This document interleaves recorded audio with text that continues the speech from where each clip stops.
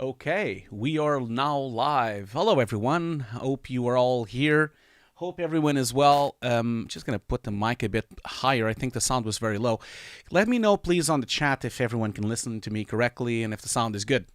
So, welcome again for Hugo's Desk Honest Showreel Reviews. As you know, we do this every month. By the kindness of BenQ, they are the ones that support our show. Thank you so much, BenQ, again. I'm going to talk about them in a minute. But yeah, thank you so much. I can see a lot of really familiar faces here on the show. Today we're going to be reviewing 4 show reels. We're going to give it a go and see if we can get to 4. Again, thank you so much for submitting the show reels. Most of the show reels that we're going to review today are going to be from some of my students from my Nuke course. One thing I must say to everyone, because I have really struggled this week. I have I got like 50 submissions for shoulder reviews, and from those 50, I emailed like 20 people to ask if they wanted to be on the show, and I got no replies from anyone almost. Only one person replied. So just a little note later on in the future, if you want to submit your show reel to be viewed here on the show, don't forget to email me and to answer me back, because it's not enough for you to just submit. You need to like email me, and then you need to confirm that you're going to be on the show. Because if I can't get a confirmation you're going to be on the show, I won't do your show reel. So feel free to like make sure you do that next time when you submit. Make sure you message me or email me. You can use social media. You can do any of those things. You know where to find me. But before we start, we're going to start with Alex first. He's going to be the first one to go on the show reel review. Let's do a bit of housekeeping as we usually do. So I'm going to just like share my screen. So for those of you that don't know, there's quite a few people watching. I think there's like 32 people watching right now. I'm a director of VFX Supervisor. You can find some of my work on hugo-guerra.com. Just actually updated my page for the first time in months. Just finished, like, these are 3 commercials I supervised for Adobe Creative Cloud. So I'm very happy to release them now, finally. I supervised this like almost 2 years ago. So it was a long time until it came out. But they're finally out. So you can check out the work there on hugo-guerra.com. Goes without saying that if you want, you can also subscribe to my YouTube channel. I'm really trying to get to 100,000 subscribers. It's been really difficult. I know that about half of the people that watch my podcast are not subscribed.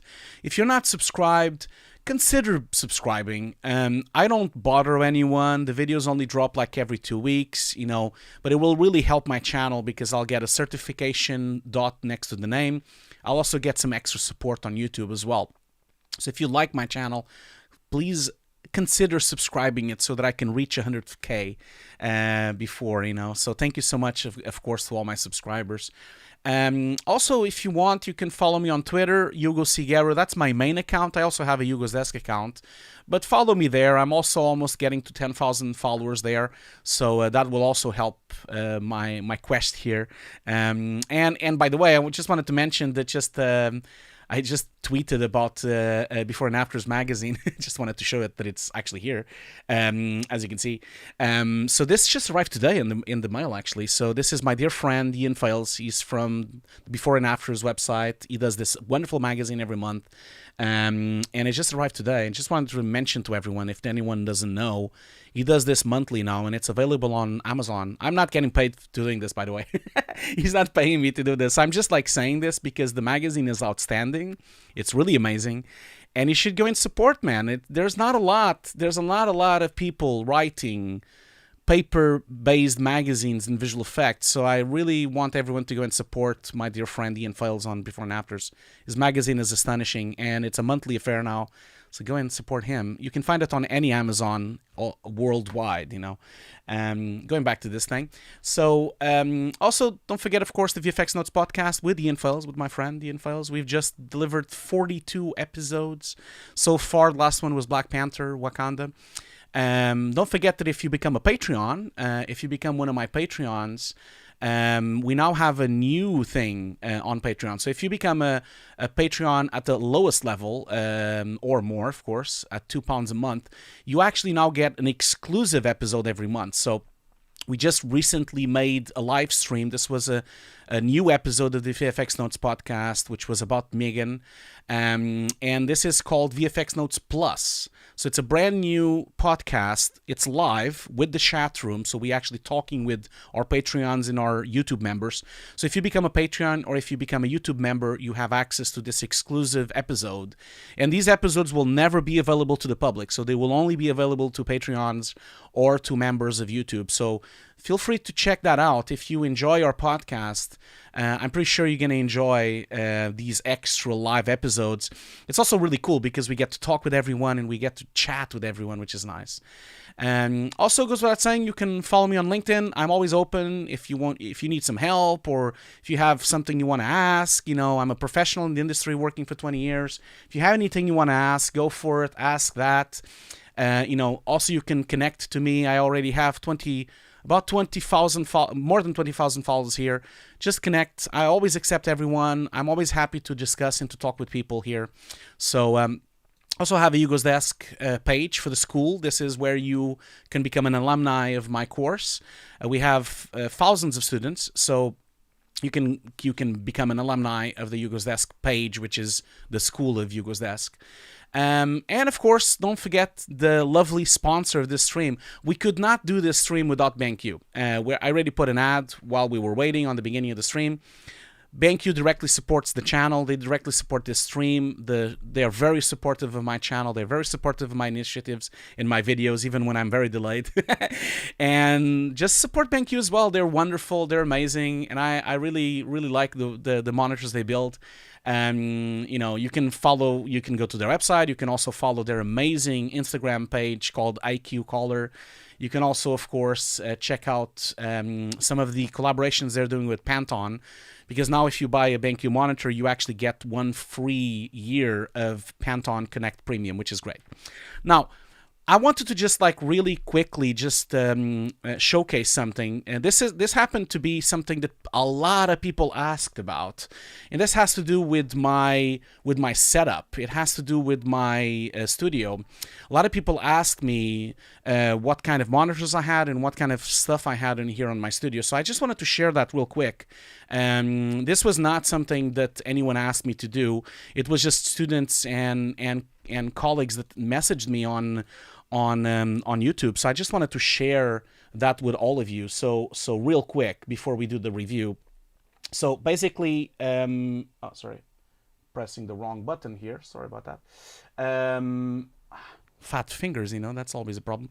So just wanted to really quickly just mention what I have here on the studio. So you've probably seen it on the streams many times. Basically, I have 3 BenQ monitors on my desk. This is my setup, my color correction and editing and grading studio that I have, which I called Hugo's Desk. I just wanted to quickly mention what I have here because a lot of people were asking me what exact models I had here. So this is the front view of what you are usually see from the back, from my back camera, which by the way, it failed for some reason. I need to go and switch it on and off. My main desktop monitor is this one. This is the BenQ ultra wide 34-inch. It's the PD3420Q. Really nice monitor. And I use it mostly because it's really nice for editing, because you have this really, really large editing bay. You can have a super wide thing, especially for Nuke Studio and for DaVinci is really good. I also sometimes swap it. Sometimes I use the SW321C, which you sometimes find on my right side. And I have been switching one and the other depending on what I'm doing. So when I'm doing nuke compositing, I tend to use the SW321C instead of using the ultra wide because it's 4K. Now consider that any monitor you buy doesn't have to be BenQ, but of course it would be nice if it's a BenQ monitor.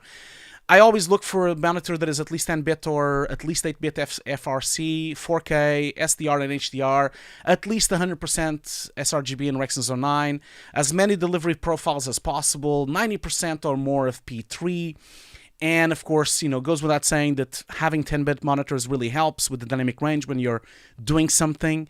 especially in Nuke or on DaVinci. This also helps that you have profiles that you can sync, especially if you're using Nuke or if you're using photography. If you're using any of those kind of projects, then you can kind of use it that way. Of course, the ability also to have 10-bit instead of just 8, which is really good. This can be done both in Windows and also on Mac. On Mac is a bit more tricky to find the 10-bit thing, but it does work. I use a software for this, for you to actually have support for actually 30-bit color 10-bit display on the Mac. I use a software called Switch X. I believe that's the name. Again, I haven't been paid by them. I just like saying. And it's really important for you to just consider that the monitor should be, you know, as manual as possible, so you can change any setting whatsoever. And again, I'm sorry that I'm showing you all this. It's just that I got so many questions about this on the chat, and I got so many questions about this on YouTube that I just considered just showing it real quick. I also have a video out setup. My video out setup is going from Blackmagic. Again, Blackmagic's not paying for me for saying this, but I'm using a Blackmagic card to output video through video to SDI, and then I use the SW321 to preview that 10-bit video. A lot of advantages to having a real video monitor. Mostly if you're actually editing different frame rates, it's really good. In this case, really, you probably noticed there that I'm editing my wife's channel. Just wanted to do a little quick shout out to Green Recipes for All, which is a channel of food that Anna has made, and I help her with filming and editing. So go in, if you like good food, you should definitely check it out. Going back to the presentation again. So basically, you want to kind of consider a video out, because the video out allows you to have different frame rates, and it allows you to have like PAL and NTSC and 24 and 60 and 50. And that means you can have a true output with the correct frame rate of what you're delivering. And not to mention, you can have the correct color space for that video out. So that's really important as well. I also have... If you don't have the money to buy an Ultra Studio, the big one, the 4K, you can also buy the mini monitor. They're really, really, really cheap, and they are, you know, they work just fine to do HD, of course. Yeah, so I'm just gonna double check if everyone is, because of course when I'm doing a keynote presentation, everyone goes offline. I can't see anyone except the keynote presentation. We're just checking if it was still on. So this is really important because of the frame rates. Like I said, you know, you want to make sure you have a display that can output different frame rates and different things. And on this case, the BenQ monitors are really good for that. I also have a broadcast monitor. This is the Blackmagic Smart View 4K. Mostly use this to just confirmation of the broadcast signals. Really cheap and good to use for that. Don't use it for grading. Like I said, I just use it for confirmation of signals because it's a broadcast type deck, you know. And that's really useful for you to kind of check special frame rates that you, especially interlaced frame rates. And I know a lot of you in other countries are still using interlaced, and sometimes I do use interlaced as well. Now, I also have scopes. Scopes are directly going into the Blackmagic scopes, but if you don't want to have hardware scopes for you to see luminosity and color, you can also consider having like a software scope. In this case, I'm using the middle monitor here, and this is the PD3420Q, obviously in vertical, because I have it on vertical so that I can have all the scopes. And then I can have, you know, I use a software called Omniscope. And don't worry if I'm going too fast. You can always go back and watch this again. I'll have chapters on the stream, so you can watch this again. So I use, again, they're not paying for me to say this, but I use Nobe Omniscope, which is really nice. You can have a file scholar, which is really useful for you to see luminosity videos. You can have vector scope waveform. You can have audio meters, source signals. You can have false color, minimum false color. And if you don't want to buy that one, you can also use Scope Box 4. I've used that before. It's not as good, but it's also good. It also has some potentials. This goes all without saying that you want to make sure you calibrate all these monitors. I actually use a Palette Master element from BenQ with an iDisplay Pro, and then I use Calman to check if everything is confirmed. Really important for you to calibrate everything all the time. so that you have, and this especially is important because of the reviews. You know, we're doing showreel reviews, and you want to make sure your projects look as it should, and that they are actually having a proper color balance and proper calibration for when they're getting outputted to different types of formats for people to receive. So it goes without saying, I calibrate my monitors very often, all of them. Either using Calman or using the Palette Master software from BenQ to try to calibrate them and have them always correct, either in sRGB, P3, or Rexon 09 or HDR if I am also using it. Although these monitors are not meant for HDR grading, you need something better and more expensive for that. As a joke, I just want to show this. I also have like a CRT monitor. It's on my left side here. And you've probably seen that before. I have this for many reasons, but the majority of the reasons I have this is that I can preview stuff on an old school monitor, like TV. It's a CRT TV, but also allows me to play retro games. For example, light gun games, which don't work on an LCD or an LED. So I can use, for example, here I'm playing Sega Saturn. I'm playing Virtua Cop with a light gun with my CRT. So that's one of the advantages as well. And that's it, really. This is the view you usually see. This is me with my hair shorter. This is on the past. As I said many times, you don't have to buy all of this. I have this because I have many hats when I'm working. And so because I do editing and I do grading and I do visual effects and I do editing and I do streaming and I do live streaming and also I teach. So that's why I have this kind of setup, which is more close to a YouTuber setup. But that's it. Like, I'm going to wrap this up now. One thing I'm going to do is that for some reason, my monitor, my camera over there stopped working. I'm just going to just switch it on and off real quick. I'll put the mandatory problematic meme while we're waiting, since we have a technical problem right now. Just give it a second, because as you can see, my second camera is off. I'm going to just like put my typical meme. Just a second. Oh, I forgot to change it back. Sorry about that. That was creepy, wasn't it? Because I just kept it on. Sorry, I was going to say that now this is working. I'm so sorry. I left it on. You see, the mistake became a mistake as well. So yeah, so like I said, thank you so much, Yakama, for supporting my channel. And this was what I was trying to show. I was trying to show the setup, but then my camera failed for some reason. Not sure why. I need to look into that because it happens all the time. That camera keeps going off for some reason, and I don't know why. It is a bit weird. But hey, anyway, this would not be a stream without the garbage truck on fire, would it? Okay, cool. So let's move on. Thank you so much for bearing with me with all of that. Like I said, a lot of people have asked me about this. So let's move on to the first showreel review of the day. I'm just going to close all these damn pages. I have so many pages. One last thing that I didn't mention was, don't forget that we do have a giveaway. I've put the link on the description there. So you can I'm gonna just like copy it so that you can do it. So that's the link. So if you don't have my new course and you're interested on it, feel free to join the giveaway. The giveaway will happen more to the halfway through of the stream. So I'm gonna just go back to this. Okay, so I'm gonna connect with the first caller and see how he does. So I'm gonna start my Zoom call here. Okay, so can you hear me, Alex? Do you hear me? Hello. Hello there. Can everyone listen to Alex as well? Alex, are you joining me with just sound or with web as well? I can. Yeah. Yeah. Ah, cool. Excellent.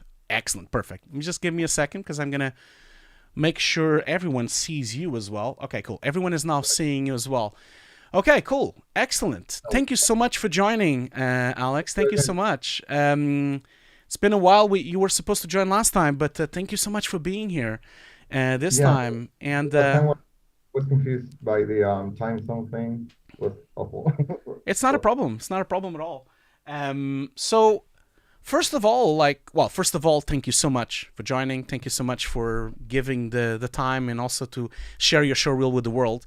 But before we start, do you, only if you want to, of course. Do you want to give us a bit of introduction of where you're from, your name, and also what you do and what's your aspirations? Tell people Well, your life. I'm a 3D artist. I'm from Peru, down in South America. I've been doing this for more than 8 years, I believe that. I don't count them, to be honest. Um, I We started don't as count anymore. No, we stopped counting now. I started like modeling stuff just as a hobby because I was studying in graphic design. So once I saw that this is a path that we can take, I started following it. I started as a modeling artist, then I became kind of like a generalist. I started doing like everything I can. Nowadays, I still do the same. Like every now and then, someone calls me and makes to make a little simulation or mostly shading stuff. Like that's basically my stuff, shading stuff. Like I'm a shading artist, a texture artist in most of my experience. Cool, man. And so, do you mostly work with companies locally, or do you work internationally? How that's going? Yeah, I try to get myself out there like internationally, but most of the time I end up like working here. I've been trying to get to work like for example in the US or Canada or Spain or England, but most of the time I just believe that it's a visa problem and it's not me, but that is the reason why I'm here. Like I want to know if my reel is good enough and why can I improve to be able to get like an upgrade on my job. What's your objective? Do you want to kind of well, but before you even answer that, I'm gonna just I'm gonna put the video, like your show reel, going so that everyone can watch it, and I'm gonna share my screen as well because the thing with this is that you can't really watch the stream from YouTube because it's so delayed. It's like 20 Yes, yes. seconds delayed or something, so you're gonna have to watch it from the Zoom call itself. There's nothing I can really do about that, so I'm gonna just share my screen. Just give me a second. Sorry. Okay, so desktop one, and it's a bit delayed, so just give it a second. There you go. You probably see my screen now. Yes, I do. Yeah, cool. So I'm gonna just move this around because I don't need this here. And I'm also gonna move you here. So just a second. Just give me a second so that people can see us as well. Okay, I'm gonna not have sound because YouTube is gonna Yes. do copyright if I have sound. So yeah. So while we're watching your show reel, what's your objective? Like, what do you want? Where do you want to go? Like, what's your long term plan? Um, my passion is always has been characters. Like I love doing characters, but most of the time I cannot do them professionally.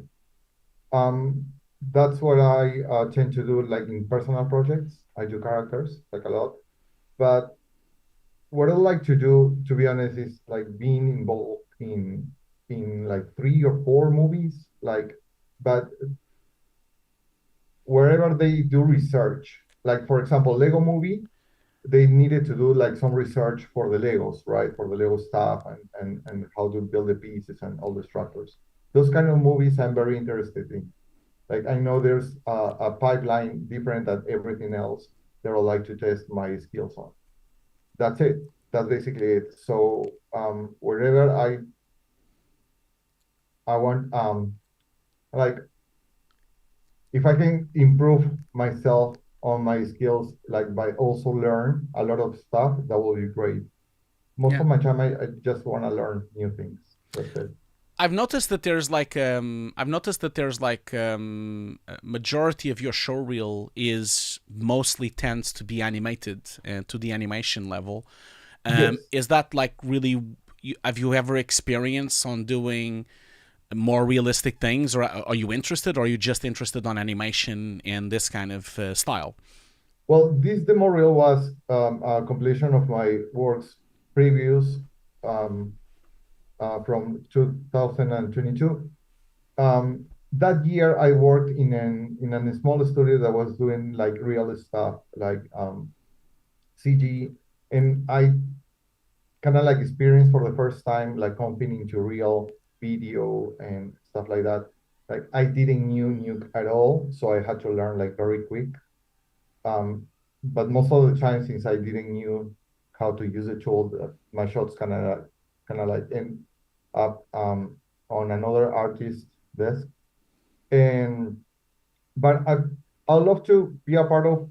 I don't know, like it will be amazing to do, for example, like for or with a digital, or I don't know, like lighting an amazing shot from I don't know any Star Wars film. Like that will be a dream thing for me. Yeah, of course. No, I understand that. I was asking this because you were telling me that you wanted to know what to change and what have on your show reel so that you could get better work and more work. I would be very honest. I think your show reel looks amazing, by the way. Like, it's great. It has some very good work. Congratulations. I'm sure everyone on the audience is going to say the same. It looks stunning. You have some really, you're very talented. So congratulations for that. But there is definitely a lenient to animation and to character animation on this reel. And I do think that you're going to struggle on trying to get a job, for example, at Veta Digital, or even if you try to get a job, like you said Star Wars, let's imagine you get a job at ILM or at Veta Digital or a job at DNEG or any of the film companies. I think you're going to struggle with this showreel because this is not the kind of work that they're looking for. This is the kind of, because they're going to be looking for proper photoreal shading and photoreal texturing. This is a showreel that would be very beneficial for you to send it to, let's say, DreamWorks, to send it to Pixar, to send it to Hardman. All these animation studios would be the perfect candidates, and they would be the perfect audience for a showreel like this. And I think you're going to struggle with the other studios because you don't demonstrate on this showreel. I'm sure you are able to do it, but you don't demonstrate on the showreel your ability to do photoreal CG. Do you know what I mean? Yes. Yeah. So that's the thing I would say. But there's nothing wrong with that because, there's a lot of work right now. I keep telling my students that, and I keep telling everyone I meet that there's a lot of work, and people are kind of never really believe me, but there's like way too much work and too little artists to do it. So there's nothing wrong for you to start on animation studios and then move on to other studios, unless you update your showreel. I don't really think that there's nothing wrong with your showreel. I don't see any problems on it. I don't even think it's necessary for us to go shot by shot and really break it down because I think everything looks great. I just feel like if you want to be a look dev artist or a texture artist or a modeling artist for a film company, you're going to have to introduce other shots here for them to be excited about your showreel. Otherwise, unless they're doing an animation on their studio, I think you're going to have a hard time, All right. Okay. Yeah. I'll try to incorporate some more. Yeah. Try to do some more realistic stuff, I guess. Well, what I would advise you is to keep both. To have, and depending on what you're applying to, I think you should make a showreel that has a mix of this and photoreal stuff.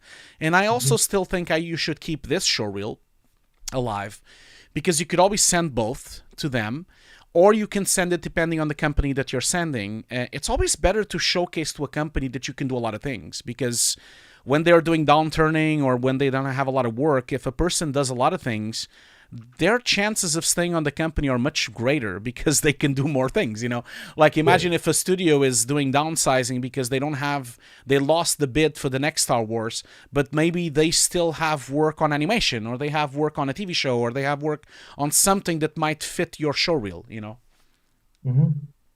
Yeah. All right, cool. I try to improve on those things. And also, I'll try, I'm going to ask you for advice right now. Yeah, go for it.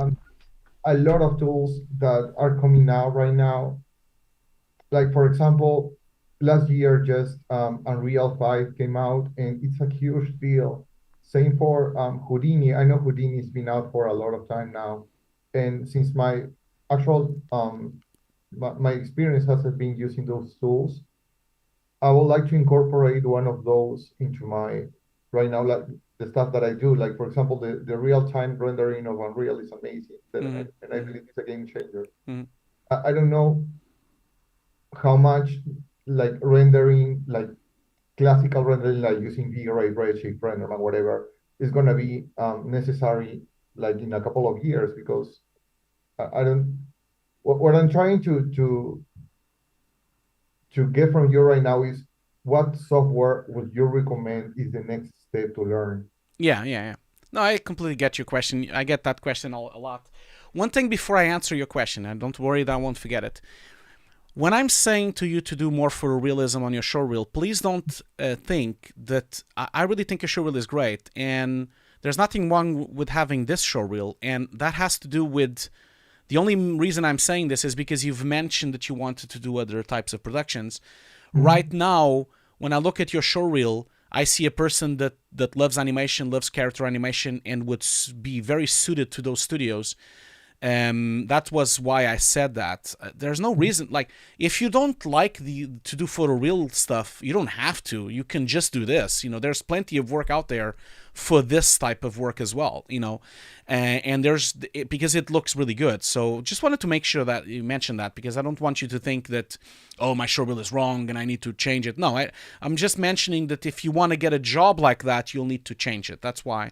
But if you just want to work on animation, then you are fine. You'll be fine, Now, to answer your question, so yes, definitely I think Unreal is the place to be. Like, I think Houdini also, because Houdini is something that is very necessary right now, and there's like a huge lack of professionals using Houdini properly.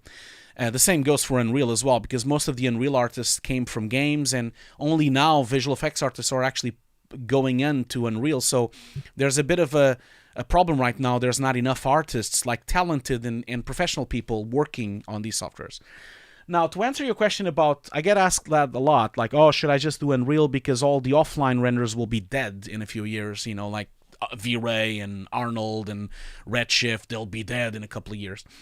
I really disagree with that. I don't believe they're going to be dead at all. I think that they're going to just evolve with the rest, and I feel like we can't forget that we go through these phases in the industry.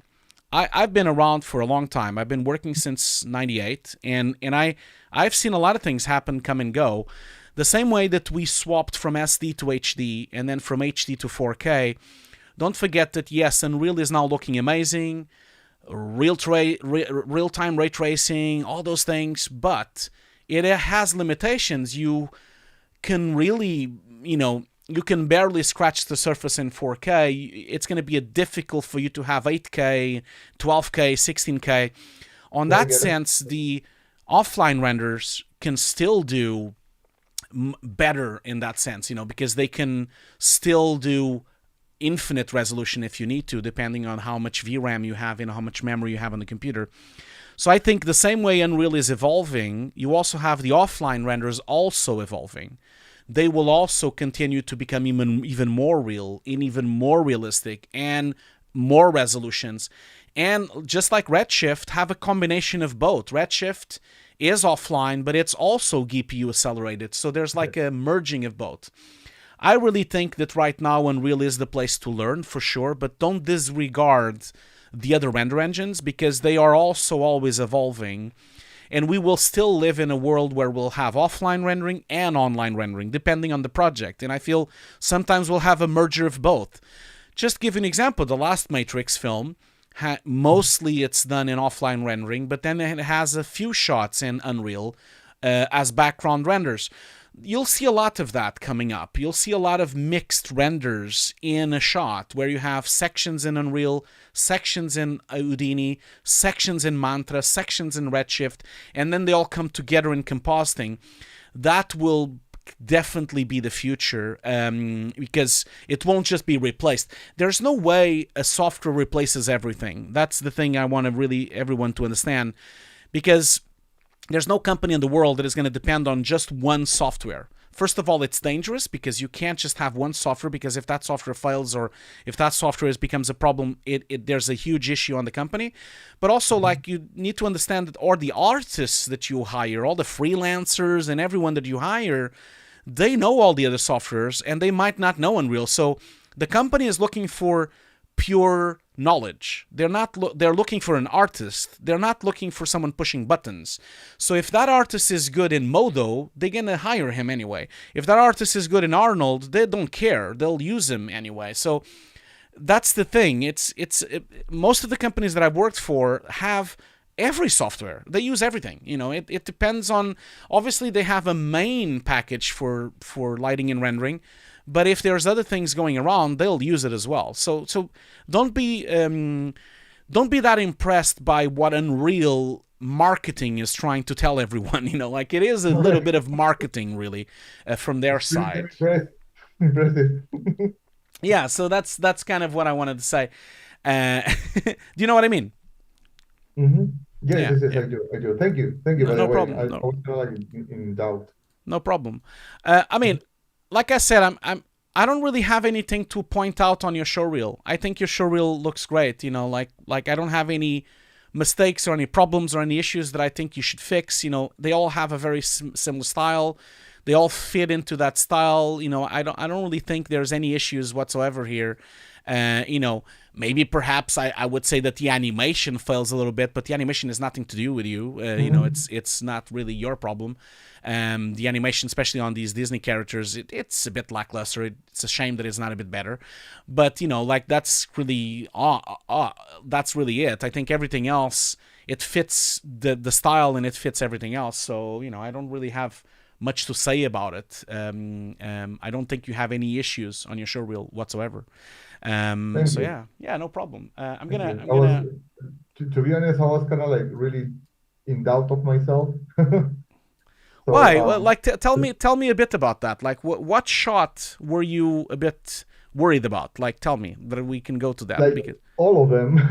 all of Like to them. be honest, I've been trying to apply for jobs for like going to another country, but I haven't got any response, and it's been almost like 2 years. So I'm starting to doubt about myself, and notice I'm trying to, But I don't but but know, but maybe I'm not good enough, or I don't but here's know. the thing. What kind of companies are you applying to? Mostly animation, Okay. like traditional animation, like not VFX, because I cannot like, for now most of my experience is in animation. So um, I I apply to, like, for example, Atomic Cartoons, Mm-hmm. or I don't know, like there's been a lot, man, like a lot of companies.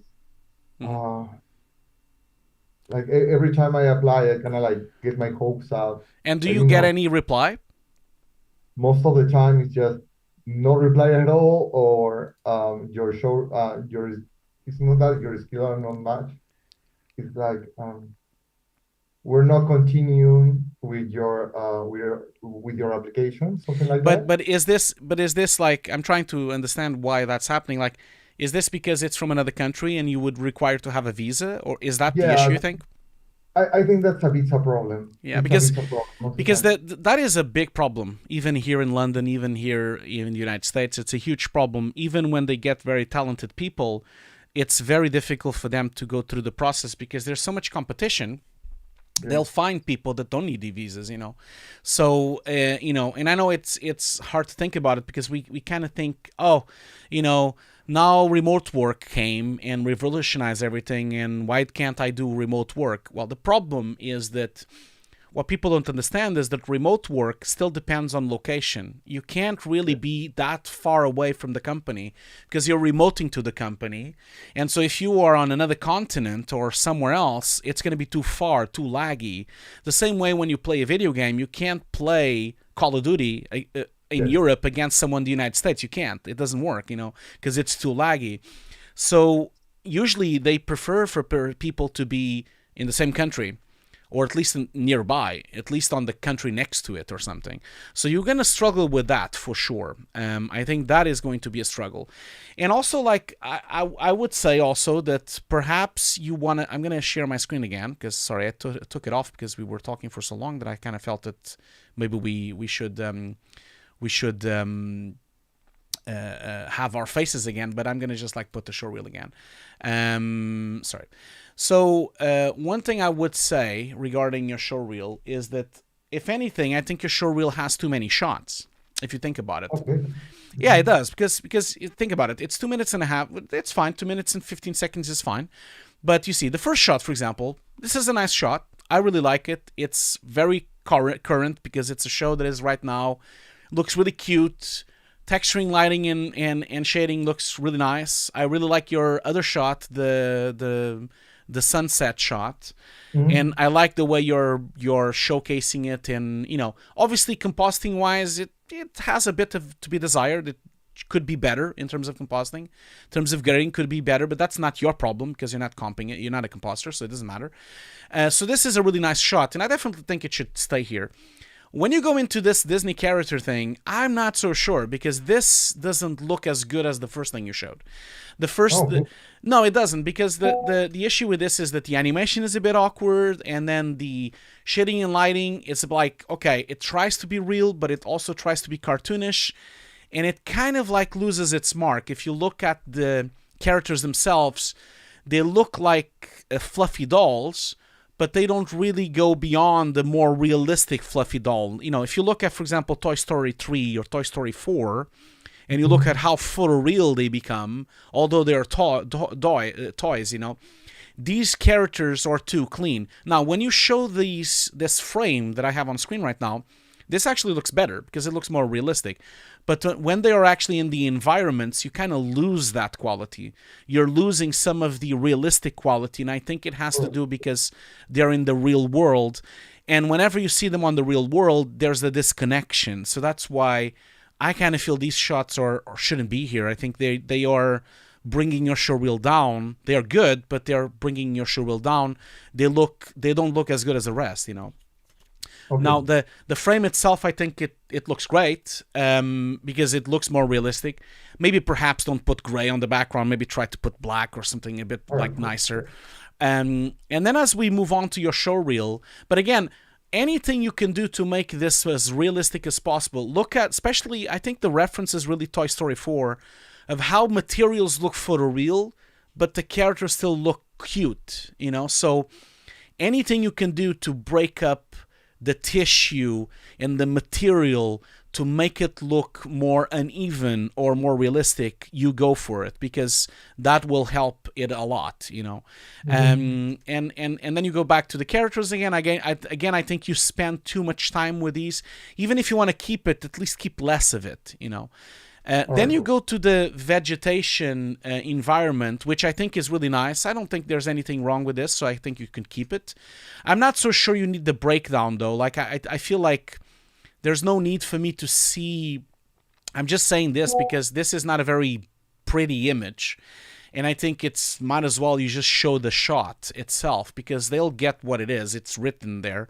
And by the way, the text you have written on the showreel, I would make it smaller. It's too big. It's occupying too much of the screen. And so it's distracting. I would make it half of the size. And the same goes with T01 on the top there. Make it half of the size, just to kind of like make it more pretty, you know, so it makes it more stylized. This shot is great. I don't think there's anything wrong with it. I would leave it. Then you go into the animals. This dude here swimming, I mean, it looks okay, but again, it doesn't look as good as Mandalorian. So maybe we put it on hold for a second and we move on to the rest of the shots. We'll go back to it in a second. I think these penguins going down, they look really nice. They're a good example of something that would fit in good to an animation studio. But again, it's still kind of like, well, we'll wait in a second. We'll keep going, and then at the end, we'll go through them all again. And I like your water splashes. This is really nice. And the whale, that's a really nice shot. Again, the text should be smaller. Now, when you go to this animation here, these animations don't look as good as the rest as well. And I think it has to do with the daytime lighting of them. It's not helping your modeling, okay? It's not really helping your texturing and environment to just have it so daytime, middle of the afternoon. It would have been so much nicer if it was a bit more dark and maybe a bit more moody. It just shows it in a bad light to have so much midday lighting on a shot like this. I don't think they are strong. Now, when you move on to the Condorito, these look cool because they are moody. They They look really nice. I would leave them exactly as they are. They look great. They look very filmic. They look very cinematic. So this spaceship, the shuttle, looks great as well. Very cinematic, very atmospheric. Texturing looks good. It looks like a toy, but it also looks real. Very cool. Then you go into the Spirit of Amazon. Looks great. Looks just like an animation, a final project. I don't think there's any issues with this, but again, you see, this is better than other stuff you had, so this should be on the beginning of the showreel. You need to impress people, like move it around a bit. So this is really great stuff. It's the best shots you have, really, to be honest. All of these are the best shots. Then I don't think you need this much breakdown for this fan work that you have here. You just need the final thing. Or at least just the breakdown of the final moment. I don't think you necessarily need to show the face like this and to show the characters separated. It's better that you just focus on the final version and just have a breakdown of that, because it looks so much better, looks so much cooler. Okay. Just this end frame, for example, an end frame looks great. So, I'm sorry I talk too much. I'm sorry, I'm Portuguese. Oh, it's okay. And don't worry, you can always repeat and watch this again, because I'm going to leave it on YouTube, and I'm going to have chapters so you can go back specifically to the time that you have your review. So to recap, when I look at your showreel, the best thing you have on your showreel is definitely the Anmimbo Spirit of Amazon. By far, these should be on the beginning of the showreel, because they are the best thing you have. It's the most realistic stuff. It's the best part of it. And then I guess second of it would be this cave thing, with this Codorito, and also the shuttle, the Codorito. And then that would be the second for me. Third, maybe you go to the Mandalorian thing. I think that would be nice. Third place on the showreel. And then I would just be brutal and remove the Disney characters completely. Or if you want to keep them, just leave the still of them. Maybe that, just this still. Just be brutal. Like, take away anything that doesn't look as good as anything else, And then the other thing I would remove, I would still keep the environment vegetation, but without the breakdown. Maybe after. I would also remove the dude swimming. I don't think it's good enough compared to the rest. And then these animals sliding on the snow, it's much nicer, the water part. So I would just keep the ending of it, because it looks really nice with them. Like maybe just halfway through, they jump through the iceberg, go to the water, and then they're on the water. And then I would skip completely this car in daytime. I don't think it's worth it for you to have it here.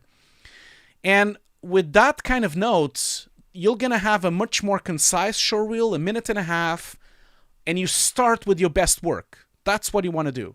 Start with your best work so they don't give up, So I think that's it. I think that's what you should do, Thank you. Thanks a lot. I'm not saying this is going to work, You should give it a go. But I definitely think making it shorter and focus on the best work on the beginning would help you a lot. Because as a supervisor, when I look at this reel, as soon as I see these characters, I might have, if I was a bit of a harsher person, I might switch off your showreel and not even watch the rest. Because it's not as good as the rest, and maybe you then skip the rest, So I think it's a bit like that. You need to Luke is actually making a really good point on the chat here, saying Hugo is also an editor. I see it. This is a good point, Luca. Yes, I've been an editor for 20 years. I edit everything I do. All of my projects have been edited by myself. I was an editor for local TV channels, and I've done editing all the time. I've been using Premiere and DaVinci for years, and Final Cut as well. Editing is very important, and the way you showcase yourself, Alex, is really important.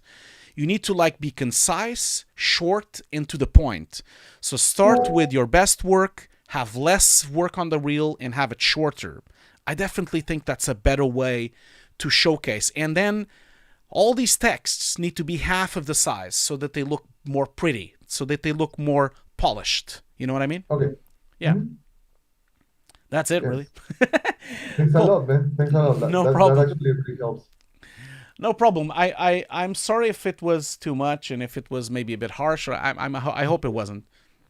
No, that helps a lot, man. I sometimes you need someone to be like really harsh on your work, and that's amazing by my for Well, me. I don't even think it was that harsh. I don't feel it was that harsh, but I think also maybe check the chat after because there are some Yes, nice yes. comments on the chat as well, including Oh you yeah. have Sajel here. Sajel is one of my administrators. He's a supervisor as well.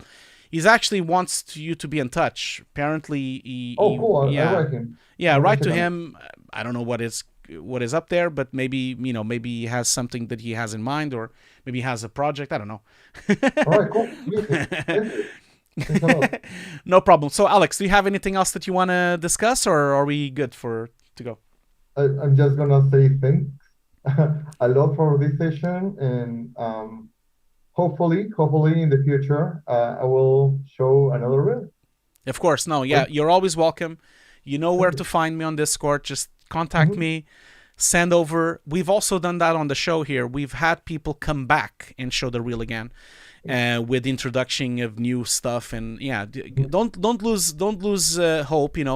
Try to edit it more concise and try to send it to try to make sure you send it to as many places as possible. It's gonna be a bit of luck as well. I'll tell you that because All right, cool. it's going to be a bit of luck as well because you're going to find what you want to find is a company that is willing to risk you on you and give you a visa. That's the thing. Like you want to make sure you impress them so much that they're going to like vouch for you and do a visa because companies do have the ability to make visas and they do that every year. Obviously, the picking is very, you need a bit of luck. You also need to demonstrate good work. Like it's a lot of things going on there, but don't All right. don't don't give up. Don't give up because you're very talented. Thank you, man. Thank you. Thanks Cool, a man. lot. Well, I'll see you later. I'll see you later, and we'll talk later. Okay. Yeah, thank you. Thanks a lot. Bye, man. Okay, cool. Thank you so much for doing that, Alex. It was great to see your work. Really, really good work. And I hope that all the feedback will help you in some way. And I hope you come back. Okay, I have a lot of people talking here on the chat. We have 70 people watching. Thank you so much for being here. I'm always very, very humbled by when I have these big numbers. Thank you so much for being here. And don't forget, of course, that we have a giveaway. We're going to give away my new course for free. After the break, we're going to do a break. If you're new to this, see that some people are new to my channel.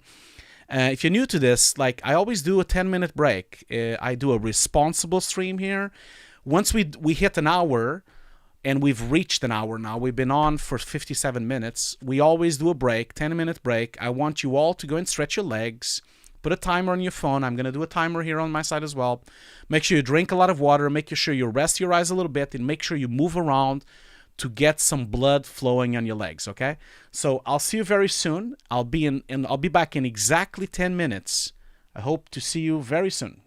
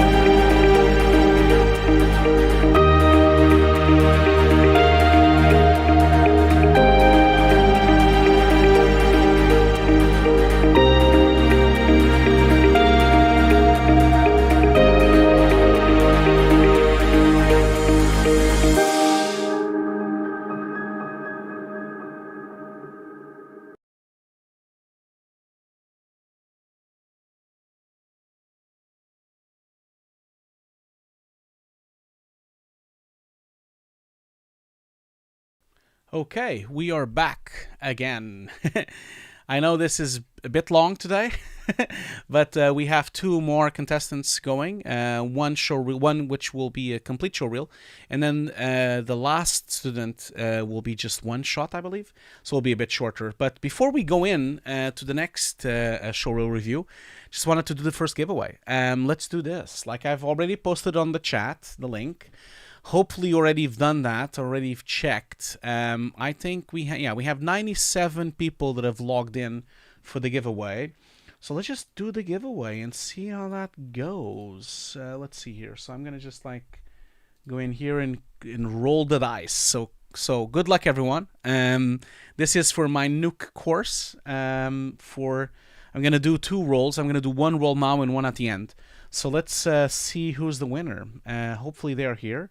Remember, you have to be here to actually get the course. I hope you're here. Let's see who won the first course. Just rolling the dice. Apologies, I'm looking at the other screen there.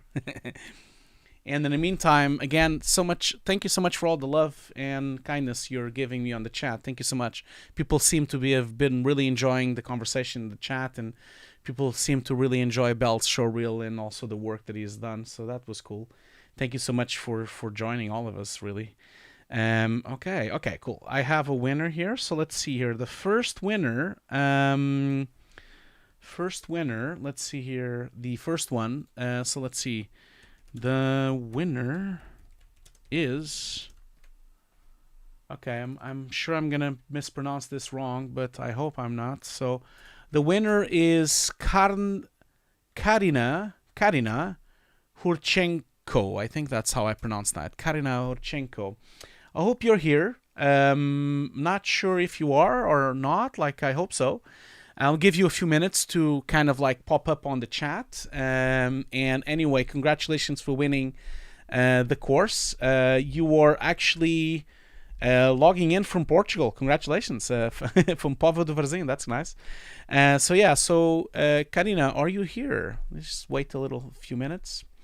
So while we're waiting to see if Karina shows up, if she not, I'll roll it again. I'm gonna call in our next contestant and see how that goes.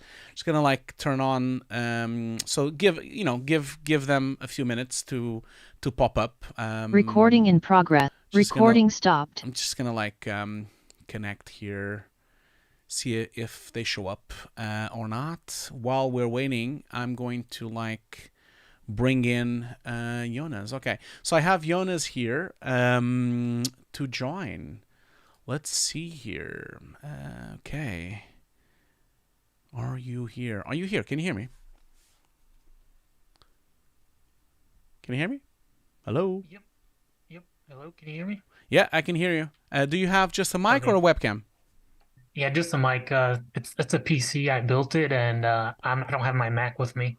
That's so, not a problem. Yeah, no. Not a problem at all. That's not a problem at all. I was just like checking. Okay, I'm just gonna like, what happened here? Wait a minute. I opened the wrong window here. Where did it went? Sorry about that. Sometimes I wish it was a bit easier. Oh, here you go. Okay, so now there you go. Now I found it. Okay, cool. So I'm going to like in that case I'm just gonna leave. I'm gonna minimize this, and I'm gonna leave it. So how are you doing today? Like, I'm gonna put your showreel going in the meantime so that people can watch it. I'm gonna remove the sound like I usually do.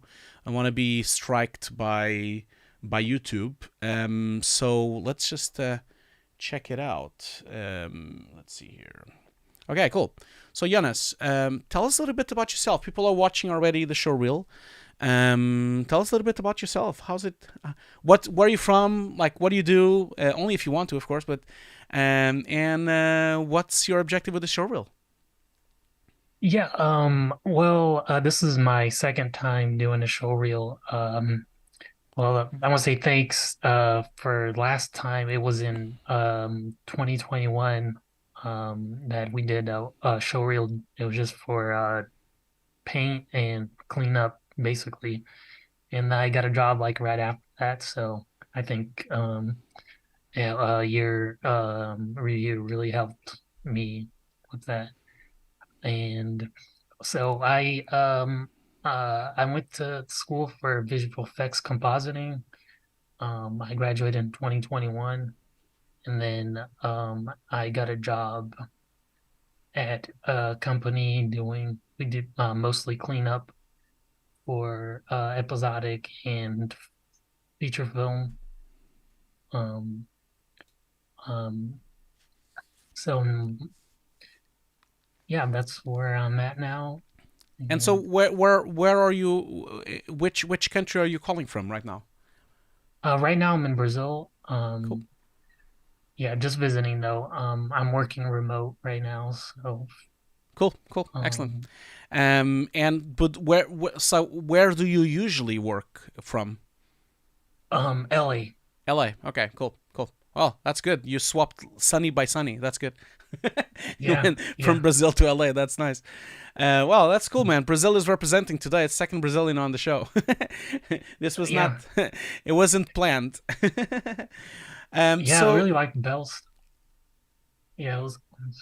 Yeah, Bell's work was really nice, wasn't it? Yeah, Cool. yeah. So tell us a little bit about this showreel. So this showreel that you have here, I can see that there's a lot of shots from my new course. Someone was asking on the chat if the car shot was from Hugo's desk, and it is. Yeah, all these shots, most of these shots are from my new course. So tell us a little bit about this showreel. You've said that you've worked on some episodical, but you don't have those shots on the showreel yet, do you?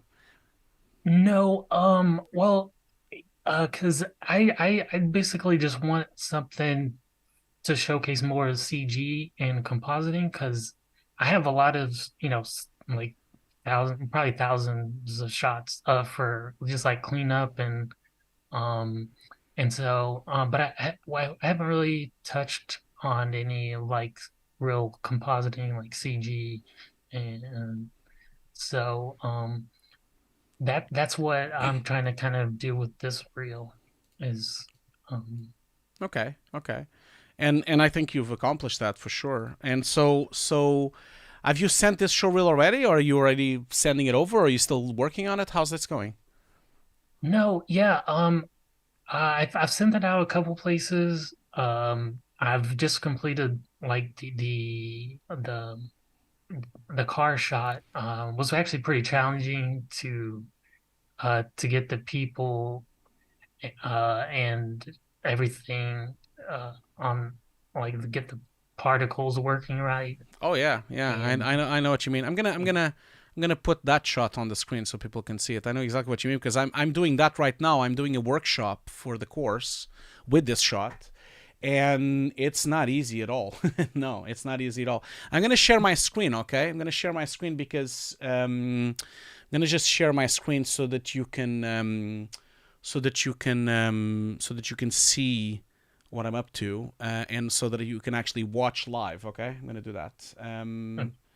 Because YouTube is really delayed, so there's no point of us watching it from YouTube. Okay, so you should be seeing my screen. Do you see my screen? yep, Yeah, yep. cool. So you were saying about this shot. Yeah, definitely. I actually I have that problem as well. I'm using particles being done with cards, and obviously, unfortunately, the footage doesn't line up perfectly, so the perspective is a bit off. I wish that they had a better angle for matching this, but it's better than nothing.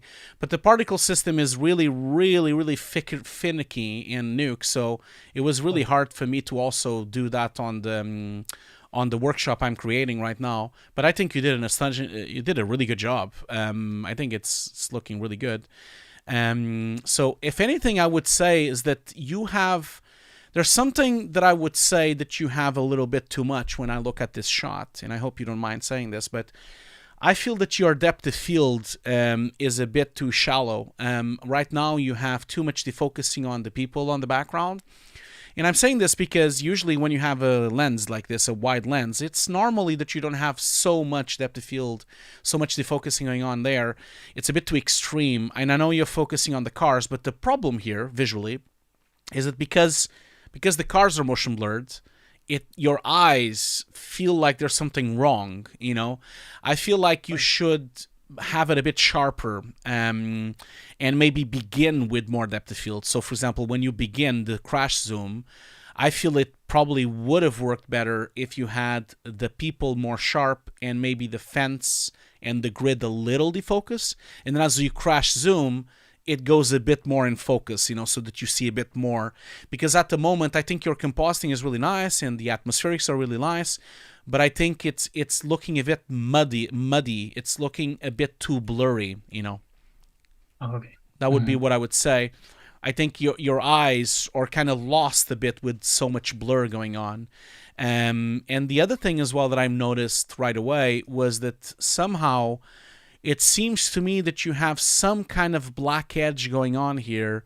I'm not sure if it's from premultiplication issues or not, but you see that there's like a very large black edge going on the people. I think the keying, especially on this girl, and on this guy, there's something going on the trousers that you see a black line. There's some kind of premultiplication or maybe some black edge going on with the keying of these people.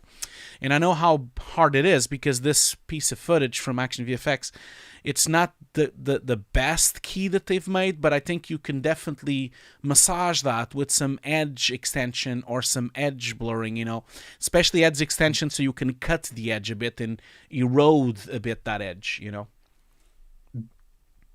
I would definitely fix that. And that's only a problem in the beginning, of course, when you're close to them. Apart from those two things, apart from the depth of field and those black edges, I think the shot looks great. You did a great job.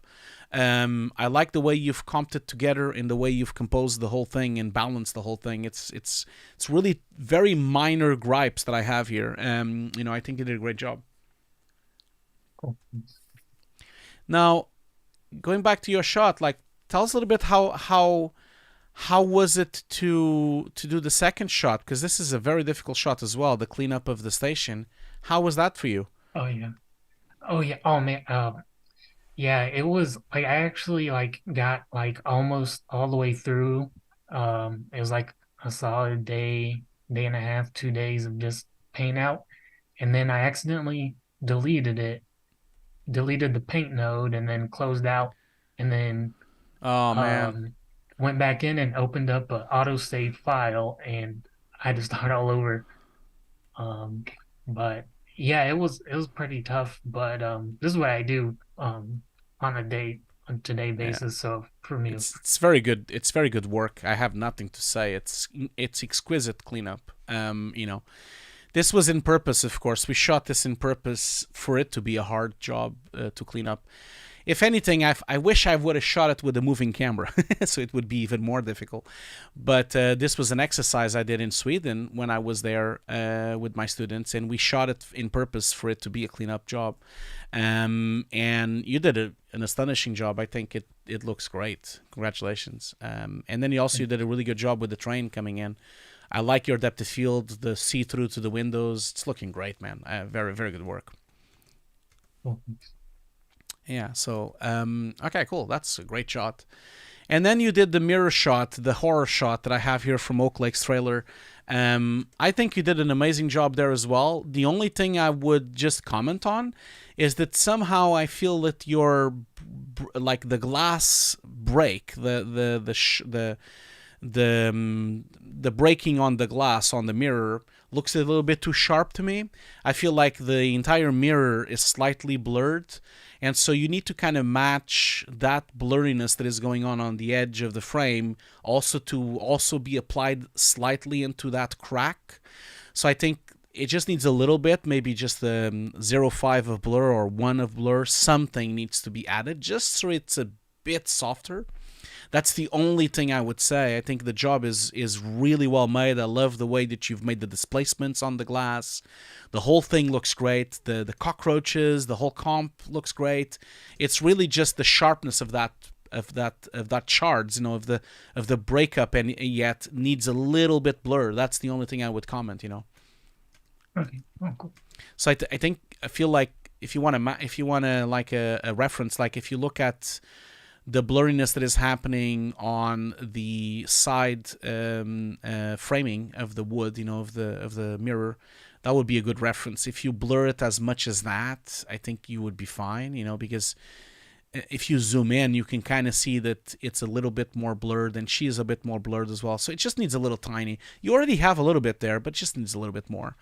But it's looking great. And one other thing, if you want to add to this as well, I don't know if you noticed, but the camera doesn't move much, but this is an add, not something that you've missed. It's just that you can add this if you want to. I don't know if you noticed, but when you see breakup of glass, when you see shards broken, and if you move the camera around it, you see that the break, the pieces where the break exists, the white areas, the edges, the white edges, they usually pick up color and reflections from the environment when the camera moves, because of course the glass is in different levels and different heights, and so it picks up other things. So I would, if you want, as an extra, you could multiply these cracks over a plate of footage, maybe even of the same footage but mirrored, and try to have some kind of movement of reflections inside the cracks. That could be nice, as a nice extra touch.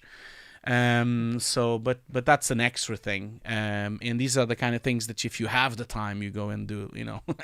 Not always we have the time, unfortunately. But it's very good work. Again, very good work. It looks like you had fun doing these things. Oh yeah. It was fun to work on. So on this one, the monster on the screen, again, remarkable match that you've made both on the fire and on the monster. The only thing I immediately saw was on the very, very beginning of the shot, you need to blur the shape. So you see, when you look, I don't know, you see my mouse, right? Do you see my mouse? Yeah.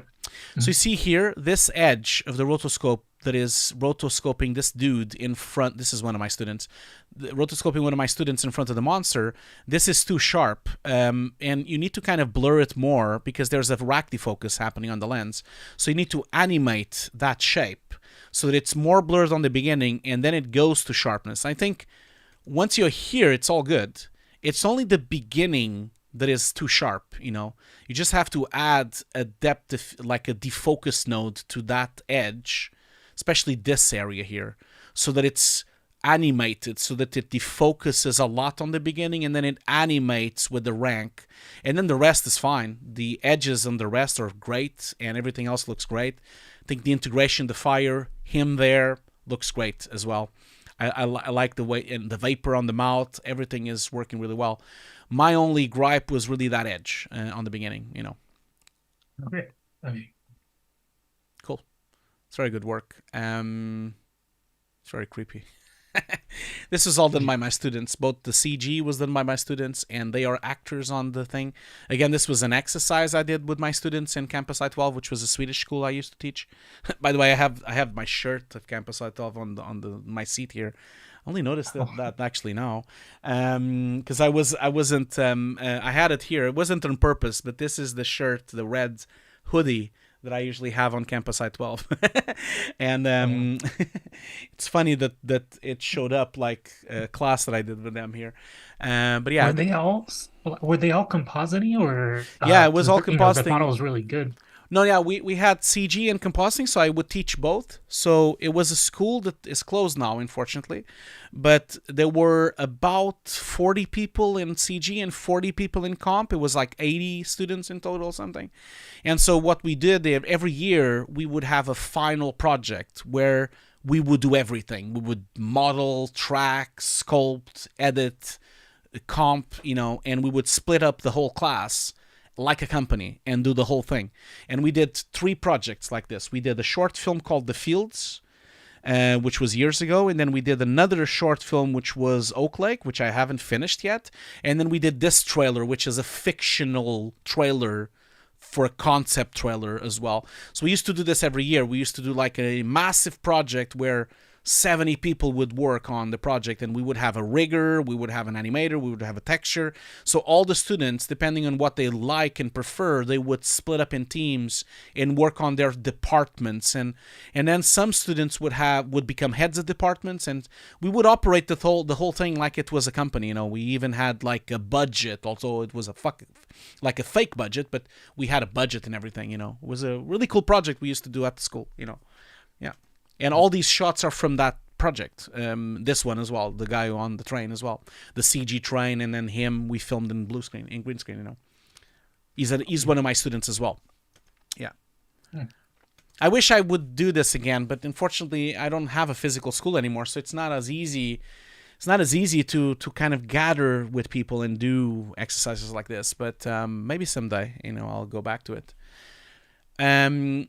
Okay, going back to this shot, I think you did a great job. I love the fact that you have the water droplets on side, and the whole thing is looking really good. The CG is looking really good. The only thing I would say to you is that I feel that your keying on him needs a little bit of a touch-up. And this is to do with the edges that you have there. So if we go to the end here, you can clearly see that you have a little bit of a strange edge going on inside the glasses here, which are kind of like, they just need to be maybe a little bit more blurred, a little bit more eroded.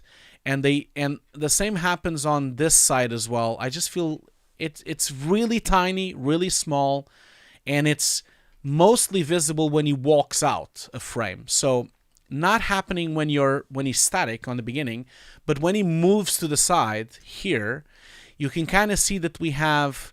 It's almost like the glass frames are too big now, and you have a little bit of a white edge going on the ear on the left side. But it's a really small gripe, and I think it's easily fixed. And then a bit later, it becomes a bit worse, especially on the top of his head.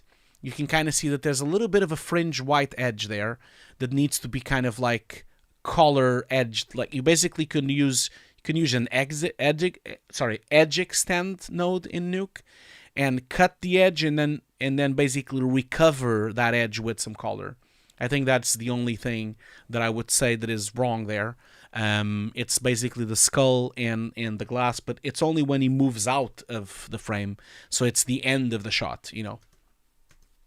Okay. Now, tell me a little bit about this shot, because this shot is not from the course. So what's going on here? Because I've never seen that shot before, the one with the church exploding. Is that like something you've done personally, or is it a project you've done? No, someone actually has it as a free like tutorial. It's for their Houdini explosions system, I think. But they also provide a tutorial on YouTube that shows you how to comp it, and they provide the footage. Okay, cool. The CG assets. Do they comp it for you on the tutorial, or did you comp it by yourself? Well, they actually did provide the nuke footage, Okay. but I just followed along with the tutorial. Okay. Yeah. That's one thing that a lot of people ask me on my course. Like, as you probably noticed on my course, I don't do the shots on the course. As you probably noticed, we only like cover the stuff and then kind of like go through certain things. But I always leave to the students to do the shots themselves, because never really liked tutorials that give you too much, because then what are you actually learning? You know, you're like so it's a bit of a hit and miss for me, those kind of things. But that's why I was asking if they provided too much, or if you actually did this shot, because it's a really nice shot. It's really, really good, well made. So did you feel like you comped it yourself, or did you just follow along on the tutorial? I feel like I try not to like follow along too hard or like use the script or anything, but yeah, it was more of that than like the other shots. Okay, cool. Because Excellent. Cool. One little note that I have here, which is a really nice note for the shot before with the train. Paul Dyko is here. He's an old friend as well. Thank you so much for being here, Paul. So Paul is mentioning some camera shake would be actually good. And I agree with him. It would be nice. I think, I'm not entirely sure if Paul is talking about the train shot or the explosion shot. I think both of them would need that. So the train shot probably needs a more extreme camera shake, because the trains usually, especially this is an old train, it usually shakes a bit more, and it's a bit more strong, the shake, and also like more often because of the tracks. But then I think the explosion itself also could work with a nice camera shake. I think it could help as well, the shot. But yeah, he's talking. Yeah, Paul is now answering it's for the train. But yeah, I agree with him as well on the train. Maybe you can add a little bit of a camera shake. There's some nice gizmos on Wikipedia for camera shakes, or you can build your own, of course, with expressions. But the explosion itself, this looks great. If anything, I would say that I think you could go a bit further with this shot. I think the camera shake would help. Also, the exposure, I feel like this is a massive explosion, really massive explosion going on here. So I kind of feel like if we're going to have so much exposure because the sky is so bright, I'm not sure about this. I'm feeling like maybe the explosion should be either even brighter, or then the shot a bit darker and then the explosion brighter. There's some kind of, for me personally, some kind of disconnect between how bright this exposed shot is and then that explosion. Would it be even more overexposed because the sky is already overexposed? So there's like just that little thing, but that's just on the moment of impact, of course. The rest looks great, and I think you did a great job with the explosion. The other thing I would, and again, just like I said on the mirror shot, if you want to add to this, I feel that you can put more debris going on, maybe pick up some stock footage of debris, maybe look at Action VFX, they have some good debris. I feel like it would be nicer if we see more debris coming out of the tower, so you see debris falling to the floor, So to have more debris, even more than the ones that they gave you from the tutorial, would really help, because this is a massive explosion. It's definitely, it feels to me that it's too soft. First of all, the tower is intact, so I feel like the tower should break up a little bit, and maybe you could do that with compositing. You could dirten up the tower, or make it with cracks, or maybe even matte paint some stuff into it so that it looks like it was burned by the explosion. So you feel like this piece of the, especially in matte painting projection, you can do a really good work with, this wall here could be really scarred, like darkened by the combustion and by the explosion, so it would be all black because of the fire. Maybe even some cracks and some lost, not saying that it would explode completely because this is a really massive tower, but at least it would make some cracks and some of the bricks would come out. And then much more debris coming out. These are all extras, of course. I think you did a great job, Jonas. I just feel like this would even elevate your shot even further, Oh, yeah. Yeah, Yeah, and John is actually saying here a really good point. John is on the chat here saying that the Beirut explosion is a good reference, and I know it's unfortunate because it's a real explosion. I'm so sorry for all the families and everyone that lost their lives because of that, but it is true. He is right, John. It's a great reference for explosions, and I feel like on this shot here, this has the potential to be our best shot. It has, if you put more debris, if you char more the walls, if you matte paint in some dark black areas on the stone and put more debris flying out of it and put a bit of a camera shake, I feel, Jonas, that this could be potentially your best shot, and you can move it to the beginning of the showreel, because it's a strong shot and it's a pretty shot. You know what I mean? People like to watch pretty shots on the beginning, and it's impressive because it's a nice explosion and it looks nice and looks real, so I think it would be cool if you could work a bit more on it. Okay. And Z also has a good point as well. Z Khan is doing the work for me. I feel like he is right that maybe the interactive lighting could be a bit more powerful as well. So you see how fiery this ball is. I would definitely think that this tower here next to it would be more lit up by it. And also you would have a rim light going on this creature, dog-like creature that is on the thing here. I'm not sure what the name is this, but and also these eagles and these monsters they should also have a rim light. It's all about having a rim light from that source of light. Now, there's a lot of ways of doing this. You can either, of course, go to 3D, have some proxy geometry and actually put a light and actually have a light pass to add to this, or you could do it in Nuke and just nudge it with some matte painting or projections, or even maybe even some masks, because it's quite a short shot and it's a quite static camera move. So you probably could also do it with just masks. I don't even think you need to do a 3D projection system for this, you know. Mm. And that's it, Jonas. I think very accomplished showreel. And so tell me about what else is missing here, because you've mentioned that you had more shots. Like, what else? What kind of stuff that you have that you will eventually put in your showreel? Well, I'm not. I was wanting. I was like wanting to do some stuff on my own to have like CDs, projects. Um, I looked on like job boards or like freelance websites where they post, like I've done that before, where they'd post jobs, and I'd say, I want to do this for my demo reel. Do you mind if I work on it? Mm-hmm. But I'll probably look for that. Or maybe contact some of my peers from school that I still talk to, see if they want to do a collab on something. Um, That's yeah, I that's think. that is I'm so glad that you said that, because I tell this to my students all the time. I feel like my students don't do this enough. Like, they don't reach out to other people. What people really need to understand here, and by the way, congratulations to Karina. I can see that she's here now. Or they are here. I'm not sure. So I'm not sure if how I would call you, but congratulations for winning the new course. I'm so glad that you're here, and congratulations for that.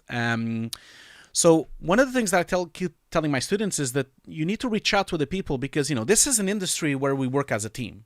We have multiple departments, we have multiple people. Sometimes we have 10 people, 20, 30, 100 people working on a project.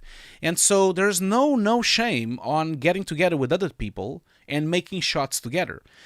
Give an example. If you get together with a CGR, like we did with the other shots, the shots here from Oak Lake and the ones from my students, this shot with the monster here, the one you had before your tower, for example, this shot was done with like 10 people. We had a modeler, we had a rigger, we had a lighter, we had a shader, we had a composer, we had to film it as well. We had like at least 10 people involved on this, and all of them used them on their showreels. Every single one of those artists used this shot on the showreel.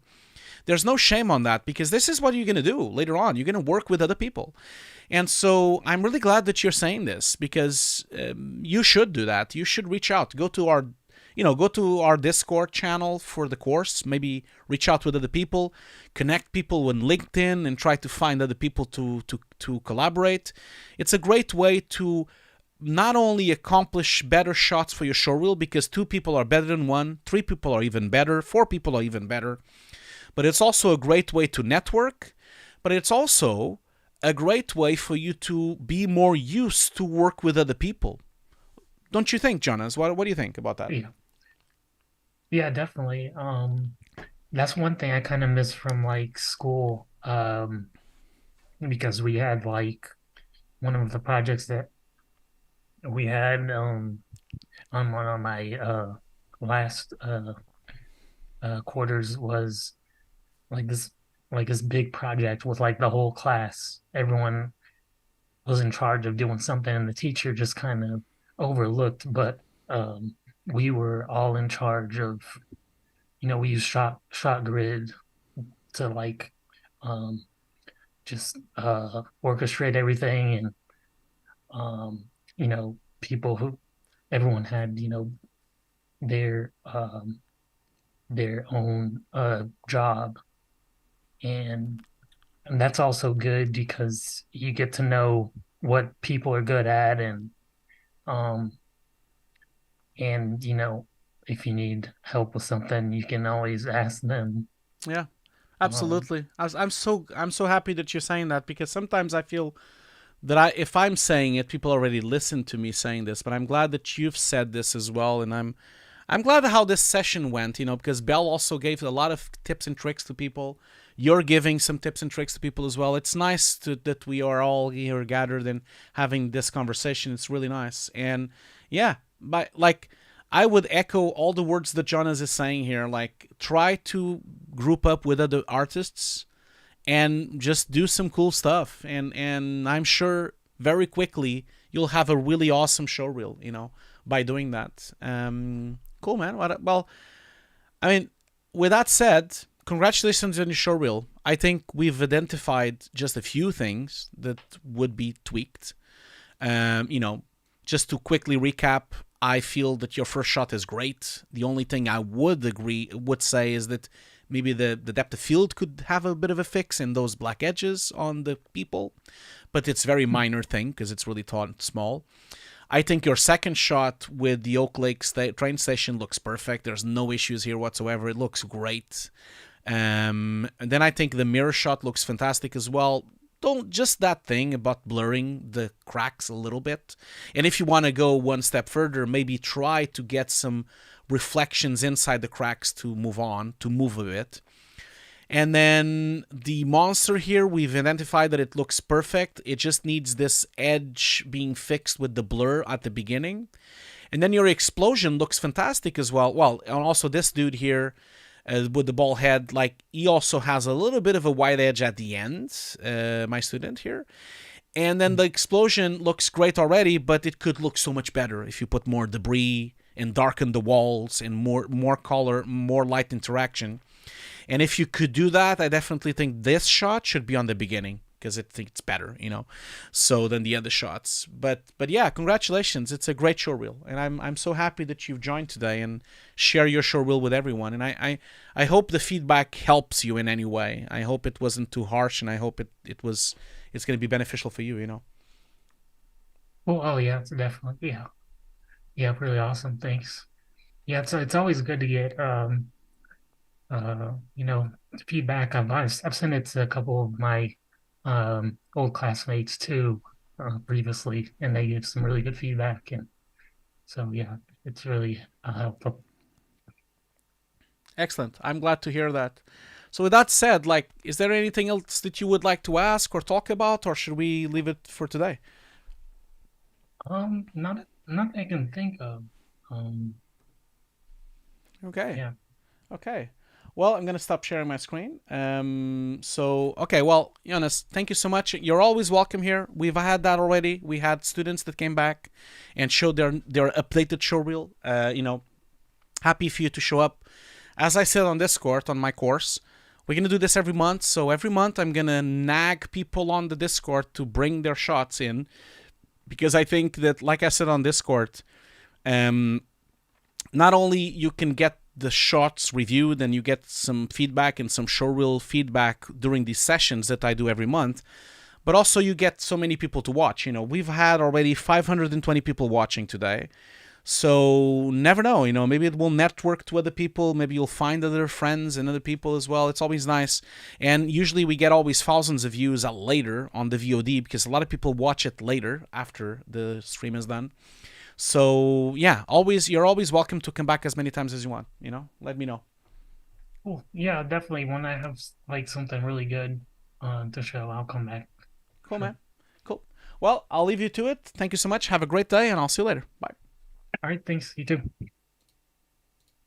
Okay, cool. Excellent. That was great. Thank you so much for sharing that with us, Jonas. Yeah, I guess we're gonna do one quick break before we do the last review. Well, maybe we don't do a break because we just did a break just now. So maybe we'll just, because it's a shorter showreel, so maybe we don't do a break. So yeah, let's move on to the final review of the day. And then we'll do the last giveaway. I can see Karina's here. I hope I didn't mispronounce your name. I'm so sorry if I did. So see Karina's here, and congratulations for winning the course. I'll get in touch later on. Have your email, so I'll get in touch. I'll send you the logins later on. Also, thank you so much, Matthias, for being here. Yes, you're right. I will find a way to give you access. I'm so sorry. I'm really puzzled, and support is puzzled why you don't have support, don't have access. But I will. And congratulations that you've had a job right now. So congratulations for the new job. Yeah. So okay. So let's move on to the next, the last reel of the day. I'm gonna just like contact them here. So I'm gonna send them the link, and then I'm gonna call them up and see what happens here. And then after that, we'll do the last giveaway. Okay. So I'm gonna just like where's Zoom? Oh my God, where's Zoom? Zoom. Where are you? Recording in progress. No, don't do Recording that. stopped. Sorry about that. Always does that. Okay, cool. I'm gonna start my video. Okay, so I'm ready for you. Let's see if they can show up here. Okay, cool. So I'm gonna bring them in. Let's see here. Can you hear me? Hello. Hello. Hello. Hello. Auf Wiedersehen. Okay. Okay, so setting up audio. Okay, cool. Fine, that's fine. Yeah, I can't hear you yet, but I'm sure I will hear you soon. In the meantime, I'm gonna put everyone viewing. So, can you hear me?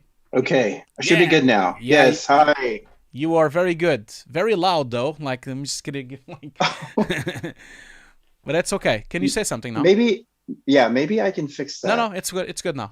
It's fixed because okay, I have. Good now? Okay. Yeah, I have it on my side.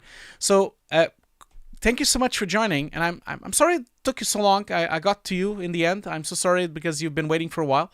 I'm so sorry, but you're gonna be the last in the day.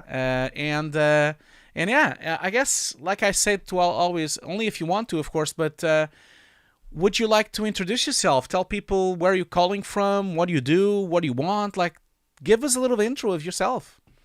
Yeah.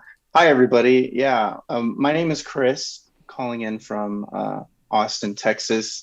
Yeah, I saw Hugo maybe did not have many reels today, so I was like, maybe I'll do this one shot. Maybe we can look over that. So thank you so much for doing that. I was really stressing. I was really stressing today. I was really stressed because I had 20 something people that I've emailed. No one answered me. Like no one single person answered me. And I was like, what is going on? No one is replying to me. All we doing is showreel review. So I was a bit stressed, and I was posting, and I'm so happy that you've posted. Thank you so much for that. Yeah. So I was originally a film student. And then in college, sort of pivoted halfway through to something more business focused. So I now fast forward to now, I actually have a day job that's like in a totally different field in the financial technology, payment technology, boring stuff, but kind of gives me the headspace to like do the creative stuff on the side. So for me, it's not so much finding a job as like in VFX or compositing. It's more the end game for me. It's more like producer wise, very entrepreneurially focused. And so sort of doing the groundwork now, trying to really get a solid knowledge of these like core fundamentals in the pipeline of how these things are made. So eventually I could produce my own work. So I currently freelance as a film editor. So I've been very lucky to make some really great relationships here in Austin with some DPs, and every now and then they'll give me something to experiment with, but usually I'm just editing films. And so this was one of those experiments. Cool. Yeah. Oh, well, congratulations for that. And thank you so much for joining. And of course, I'm so happy to hear that you're trying to produce and trying to create. I'm always like, I always have a soft spot for that, because I try to do the same as well. I always try to be as independent as possible. And that's kind of what I'm trying to do as well now. So thank you so much for joining and for sharing with us. I just have to I don't mean to interrupt, but I just need to say hello because a friend of mine is on the chat and is saying hello to me, so I'm going to say as well. Hi, Steph. I can see Steph Soretti is here on the chat, and thank you so much for joining today. I'm really happy to have you here. For those of you who don't know, Steve Soretti was a guest on my show on VFX Notes with Ian Files. He's the VFX supervisor of a lot of Marvel movies, including The Last Guardian of the Galaxy 3, which I can't wait to watch. So thanks so much for sticking around, Steph, and thank you so much for joining today.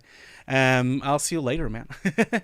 So tell me a little bit about this. I'm going to put the video going so that so that everyone can watch, so that we all can see. Let's see here. So, where am I? Sharing? Yeah, so I'm taking the course right now, and I'm very, very early in it and still sort of getting, familiarizing myself with the nodes and Nuke and sort of the layout. So I initially wanted to bring this into Nuke, but it was the DP that I do a lot of work for. He uses red cameras.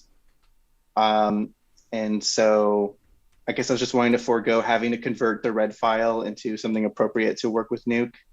So I did this all within Fusion. But this was sort of just my rough first try at trying to understand. Let me just loop it. Oh, sorry. No, I need to loop it. Sorry. I forgot to loop it. Sorry. Here you go. Now people can watch it. So maybe you can help school me on what I can do or what I should be focused on as far as muzzle flashes. So tell me, so you were saying that you did this, so this is not, so I know you're learning Nuke because you joined my course, so thank you so much for doing that. Yeah. This was mainly done in Fusion, right? In what? Also DaVinci, I guess. You said you were an editor. Do you use DaVinci for editing or do you use something else? DaVinci now. I've completely shifted away from Premiere. Okay, I see. Yeah. Yeah, I did the same a while ago. I first did Premiere, which was version 1. That was the first one I used. Version 1 back in the 90s. And then I switched to Final Cut 5, 6, and 7. And then I now am on DaVinci. I'm also an editor. That's why I'm mentioning this. So regarding muzzle flashes, you were mentioning muzzle flashes. The main thing with muzzle flashes is really light interaction. That's the main thing with muzzle flashes. I think your muzzle flash looks great. The muzzle flash itself, I think, looks good. I'm assuming this is some kind of stock that you have got somewhere, or did you film it? Action or did VFX. You film it? Okay, Action VFX. Okay, so or their friends Action VFX. Yeah. Yeah. It's all about light interaction. So there's a couple of things here that you need to kind of work with. First of all, such a big muzzle flash. It's nighttime. Two things would light up. First of all, the gun itself would have a rim light, across the gun itself, and the front of the gun would lit up when this light comes on. And it's not enough just to put a glow. You need to kind of go in and paint in.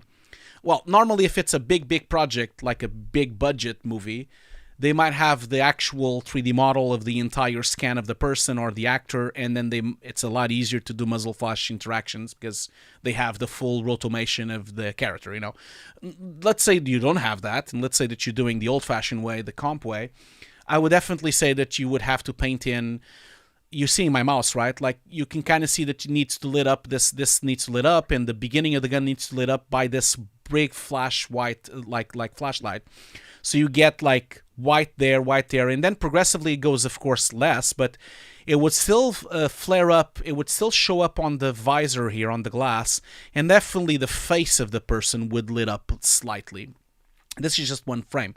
Now, all of this can be accomplished by either using roto masks or roto shapes or even paint tools to try to paint in these flashes in this light. Now, that's number one. It's the light interaction on the actor and gun. Of course, the gun would be brighter.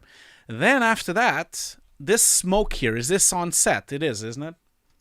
Yes. Yeah. So on set, well, next time you do something like this, maybe perhaps if you were to be lucky enough to be on set, best way would be to actually have an LED light to pump light at the moment of shooting so that it could light up the actor and the smoke at the same time.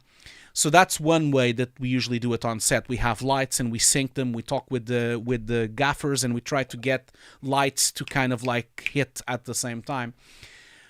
Of course, this is an afterthought. You've shot it, so it's too late now. But besides painting the face and the gun, you also need to light up the smoke. The smoke would be lit up. Basically, it's going to be very difficult, but you could probably, with some soft masks, light up different parts of the smoke so that it would look like it would be lit up by this muzzle flash. And that's really what I'm missing. I think that's the two things that you're missing on both this muzzle flash and I guess... they shoot again, so once they shoot the second time, you have more here, though. Like on the second one, you have a better interaction going on. Right. So how did that happen? Did you make it yourself, or did you do it in comp as well, the second one? Yeah, so that was, there's, I think, two different masks here, one on the face, on the shoulder, and then to the left, where I'm just, pumping up the flash. I see. The exposure. Yeah. I see.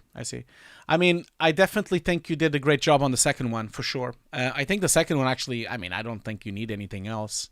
You just need to make it stronger in the first one. You need to make more masks and more painting. The second one is definitely better. I mean, would it light up other things? Maybe the smoke would be lit up. People don't really sometimes realize how big these flares are. Like the guns. I've never shot a gun, but I've seen guns, real guns, on videos and on documentaries.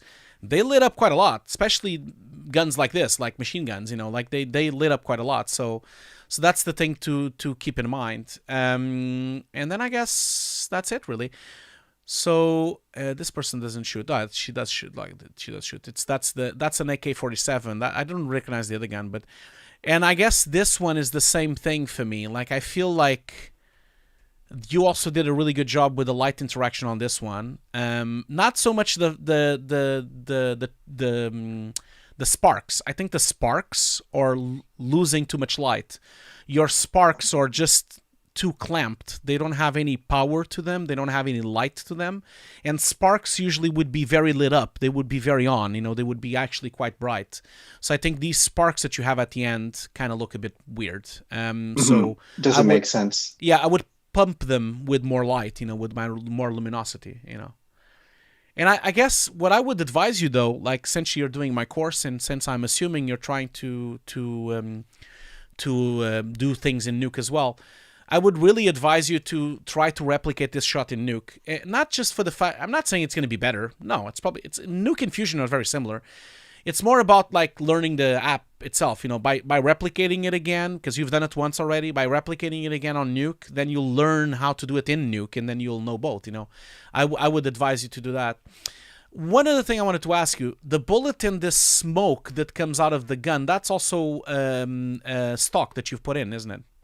Yeah, I added that. Yeah. So one thing, the bullet looks great. I don't think the bullet has an issue whatsoever. I think it's on that side, isn't it? Is it on that side that bullet would come out? I don't know. So I originally had it on the other side, and then I had a friend telling me that it would actually be cool. on that far left. Yeah. I don't know enough about guns to know that, but I'm glad that you've asked someone about that.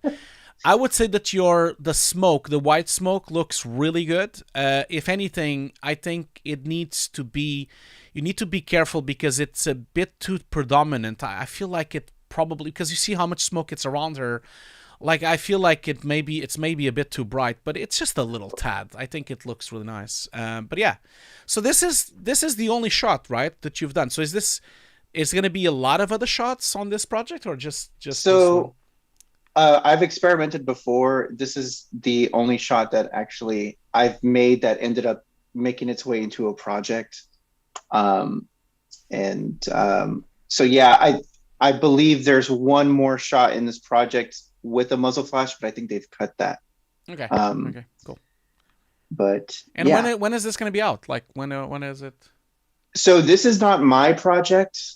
This is a director that my good friend who's the DP on it they let me experiment on this shot with. So is it out already or not yet? It's I think they're planning on letting it hit the local festivals. Yeah. First. Yeah. Cool. Well, make sure to make sure to share it later on, like so that we all see it on the chat. And definitely. Maybe, on Discord on our course, Cool, man. Definitely. Well, this is great. Yeah, thank you so much for sharing this shot with us. Yeah. I'm gonna stop sharing now because we don't need to like be looking at that thing forever. So thanks for having me on. No, not a problem. Like, is there anything else that you would like? I'm very happy for you to return, of course. Anytime you have more shots or if you have anything else that you want to discuss, like go for it. And I'm happy to help you on this. Like, you're part of the course, so you can always bother me as much as you can, as much as you want on Discord. Is there anything else that you want to talk about or discuss or anything? I do have one specific question. Go for it. Where would you recommend getting a good chrome ball and a good matte gray ball? So yeah, I have the perfect place. I need to go and check if that's where I bought them. Like, it's a shop here in the UK. I'm assuming they sell for any country. I'm assuming. I mean, I remember. You had a resource on there. Yeah, I'm gonna send you the link. So I'll put it on the chat as well for people to check, and I'll send you the link on the meeting chat here, and I'm gonna share my screen again so that you can see what I mean. Gotcha. So just a second. Where's Zoom? They've recently changed the logo of Zoom, so I get so confused. Okay, so I'm sharing my screen. Hopefully now you see my screen. Yeah. So this is a shop called VFX Store. I believe it's. I'm just gonna take this out of the way. I believe it's VFX Store. Yes, VFX-store.com. I'm assuming they ship everywhere. They have FedEx here, UPS here. This is where I buy everything that I bought for on set. I buy ball kits, I bought tracking markers, I bought sharpshooter lasers, I bought color charts, I bought everything here, including some green gaffer tape and blue gaffer tape. I buy everything here. I buy it on big bulk because it's expensive to ship. So, I buy a big thing and then they ship it as a box, That's usually what I do. So, so if you look at balls here, they have, I know it's expensive, but they're very good. Okay, so they're really, really well made. So the one I have is the small one, which is unfortunately out of stock. I also have this big one, the 25. Oh, they're both out of stock. Damn. Okay. So I guess there are a lot of people buying this. So you could buy. I also used to have the Bambino, which was a small one. It's a bit smaller. So you can either have the Bambino, which is 12 centimeters. It's a bit smaller. Or the mini Bambino, which has both. It also brings a case. It brings the Pelican case and everything. So they're really good. Like, I love this shop, and they're very, very well made, So yeah, so as you can see here, 280 pounds, British pounds. This one has the box itself, and it has one chrome ball and one gray ball on it, and it brings the case as well. I haven't checked about the shipping. I'm assuming they ship anywhere. Where do I see that? You would have to check. It's a British company, but, okay. TNCs, let's see here if it says here. Oh, yeah, exports. Yeah, they do. They do outside the UK as well. So, yeah. Because I think I saw the American flag there. Yeah, probably. Yeah. So yeah, I don't go anywhere else. I've seen other websites trying to mimic this and trying to do things, but, man, these guys deserve... they are so good. Like, the tracking markers also outstanding. They have like proper tracking markers. They also have LED lights as well that you can buy, LED diffusers, and they even have these markers which comes on like little boxes and everything. They're really good. So, would really advise everyone to go and buy it here. Unfortunately, I can see that the big ball is out of stock, but it's worth emailing them maybe and asking when are they going to be on stock, because at the moment I can see they only have the 12 centimeters, the 6, and the 20. Well, they have the 20, the 25, the other one is 25. They don't have the 25, but they have the 20. The 20 is enough, It's going to be enough. It's a bit expensive, I know. It's like £1,000, but these are 2 spheres. and it has the entire case already ready to go. So I don't think it's expensive, at least for the type of work we do. So and you can buy it on Infers, like on payments on PayPal. It even has that option here in three payments if you want to. So. Gotcha. But having said that, I would say that for years I've used the Bambino, and it was more than enough, because this is only 12 centimeters, is more than enough for what you need. For years I've used this one, because reality is I'd never do the HDR with this anyway. This is just for reference. The HDR, I use an 8mm lens on my 5DSR, and then I have a special head to rotate. So I think this one, the Bambino, the small one, is more than enough. So. I saw that setup that you have with the DSLR. Yeah. I bought a Insta360 to catch HDRIs. Yeah, I've been considering moving on to a 360 camera. The reason I haven't done that yet is because, and I've used 360 cameras on smaller projects, but when I'm doing a big job, nothing beats the 50 megapixels of the 5DSR. The 5DSR is my favorite camera. It's really heavy, but it's 50 megapixels. It's insane. It is like the most sharp camera I've ever had in my life. It's the closest you're gonna get to a medium format camera. So yeah. It's a good reference quality. Absolutely. To have. So okay, cool. So that's it, really. Is that the questions you had? Yeah, that was it. Cool, man. Well, thank you so much. Hugo. And thank you so much for joining today. And I can't wait to see more of your work, man. Thank you so much, and I'll see you later. Bye. Bye. Okay, we are done for today for Reels. Can't believe we did 4 of them. Look at that. That's amazing. We did actually 4 Reels. So, okay, Matelli66 is asking me, sorry for the ignorance, but what are those for? So, Mattel, this is going to take too long to explain. And I have videos on my YouTube channel about on-set stuff, but basically that sphere that you saw is for references. So when you shoot something, when you film something outdoors, for example, you would use this sphere to have a reference of where the lights are, how the reflections are, and how the matte is. That's why we have a gray ball and a spherical mirror silver ball. And then this becomes a reference for what was shot with the camera that is used on the film. And then when you do it in CG, you also have a sphere and a mirror ball on the CG scene. And then you try to match both. And when you match both, then you are in heaven. You have absolute photorealism. That's the way. This is a really short and really quick explanation. There's a lot more to this than what I'm saying. But we already been on for 3 hours. It's going to take me too long to explain. So maybe watch some of my videos. I have some videos where I explain this, and you can search on Google as well. There's a lot of explanations out there about that. But yeah, that would be my elevator pitch explanation of what that does. Okay, so I'm going to roll the dice for the last giveaway. So let's see here. Who's going to be the last giveaway winner? So the last giveaway winner for the course is, let's see here, I'm gonna roll the dice and see, hopefully they're here, and then we're gonna go both way. Everyone is gonna go and rest. I'm gonna go and have dinner. And okay, so the winner is Josh Taylor. I guess that's how you pronounce it. Josh Taylor. I think that's how you say it. Josh Taylor, are you here, Josh Taylor? Are you here? I hope you are. Josh Taylor, are you here? Congratulations, you've won the Nuke course.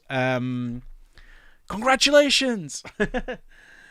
Are you here, Josh? Let's see here. I'm gonna give them a few minutes. If they're that, they can contact me later. Well, hopefully they're here. I hope so. While we're waiting for them to say something, I would just like to, of course, again, thank so much to BenQ for supporting these streams. Couldn't do it without them. Go back to the beginning of the video and you can watch how this setup exists and what it does. I have made slideshows on the beginning of this video explaining all of this and why I use BenQ monitors and all that jazz.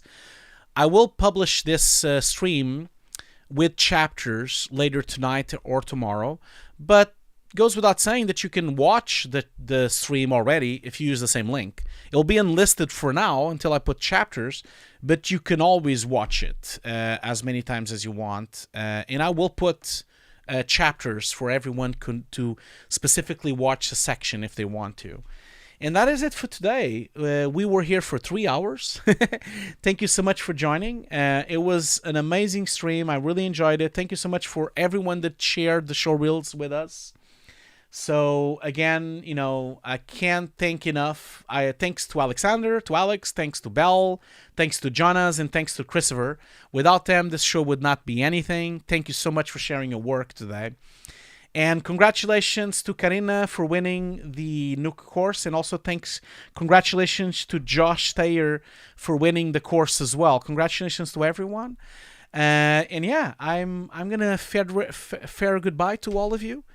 I hope to see you. Don't forget, next month we'll have another stream. Don't forget also that we now on Patreon we have a special episode of VFX Notes that is also a live stream as well. We'll see you in a month from now. I'll also be at FMX if anyone wants to meet me there. I'll be at FMX presenting a couple of shows. I'll also be doing an episode of the VFX Notes podcast live at FMX. And if you're there, just meet up. I'll be in Germany for a whole week. And so yeah, thank you so much for being here. Goodbye, everyone. Goodbye, goodbye, goodbye, goodbye, everyone, goodbye, and we're out. Let's just close it for today. Thank you so much, everyone. See you later.